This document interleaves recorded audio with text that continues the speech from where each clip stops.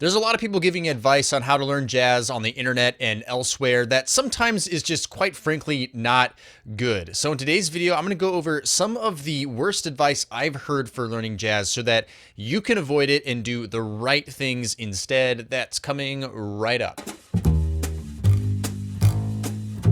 What's up, Brent here from LearnJazzStandards.com, which is a blog, a podcast, and videos all geared towards helping you become a better jazz musician. Make sure you subscribe at the button below, hit the bell notification button so that you don't miss out on anything going on here. Like I said, a lot of bad advice going out there for learning jazz that's only going to slow you down and stop you from reaching jazz improvisation success. So let's go over those right now. Number one is to get the IReal Pro app and start learning jazz standards that way, or get a real book or a fake book, which is an absolutely horrible idea because at the end of the day, you really want to be learning jazz standards by ear. If you do it by reading sheet music or going through the IReal Pro or fake books, not only may you not get the wrong changes, you may also just end up forgetting the jazz standard, not learning it very well, and not really getting the jazz language. So instead, learn it off the recordings by ear and only use sheet music to check your work in the end. If you need any help with learning jazz standards by ear, check out my list process, which I'll link in the cards above, and that should get you in the right direction. Number two is use scales to improvise. And this is also a horrible idea because if you use scales to improvise, guess what? It's going to sound like you're playing scales. So instead, use scales to learn how to play your instrument, to navigate your instrument, and then use it to conceptualize jazz language by thinking of them as pitch collections, meaning just mapping out different options of notes that you can play to compose and create melodies. And when we think of it from that framework, that way we can use scales in a healthier way so that they can be a supplement to all of the other ways that we learn jazz language and improvise. Number three is to just keep listening and you'll hear it. Now, this is a really annoying one, and you've probably heard jazz musicians say this before. Just listen and you'll hear it, man. Maybe it's at a jam session or on a gig or just a teacher told you that. Well, guess what? No, you will not hear it.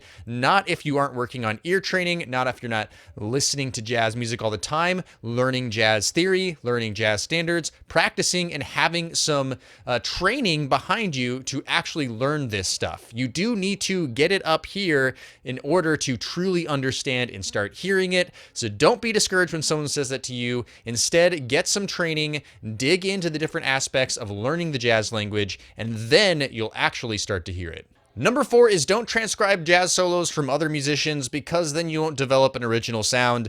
Well, guess what? You're not going to develop original sound at all if you don't learn how to play the jazz language first. It's important for us to be mimicking other musicians just as you did when you first learned your native language in order to start creating musical sentences by yourself. And the more you learn from other great musicians and start understanding how to connect chords together and actually play this language, the more you'll be able to venture out on your own to create your own original sound. Number five is learn a library of licks to play over jazz standards in different chord progressions.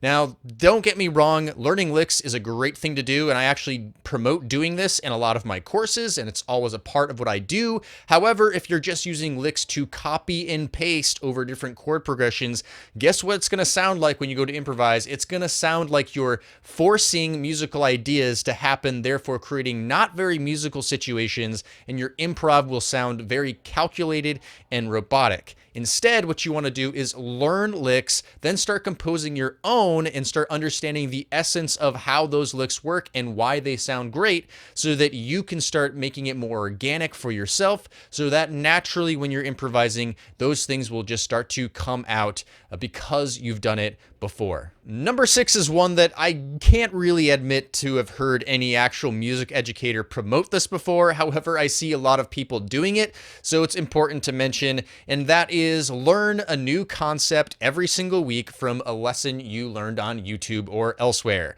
Now, don't get me wrong, I have a YouTube channel. I come up with a lot of free jazz lessons and content to help you become a better jazz musician, but at the end of the day, if you're just going from one concept to the next, you're never truly going to master one of them. You're not going to truly get deep into one of them, and you'll end up not really getting much of anywhere. Instead, invest in your jazz education, maybe get a course, an online course like one of mine, and do other things like take lessons from teachers and get actually goal-structured, oriented practice programs where you can really work on things in a functional and goal-oriented way that will actually get you results. All right, guys, so that's just some bad advice that I've heard for learning jazz improv, and don't do any of them.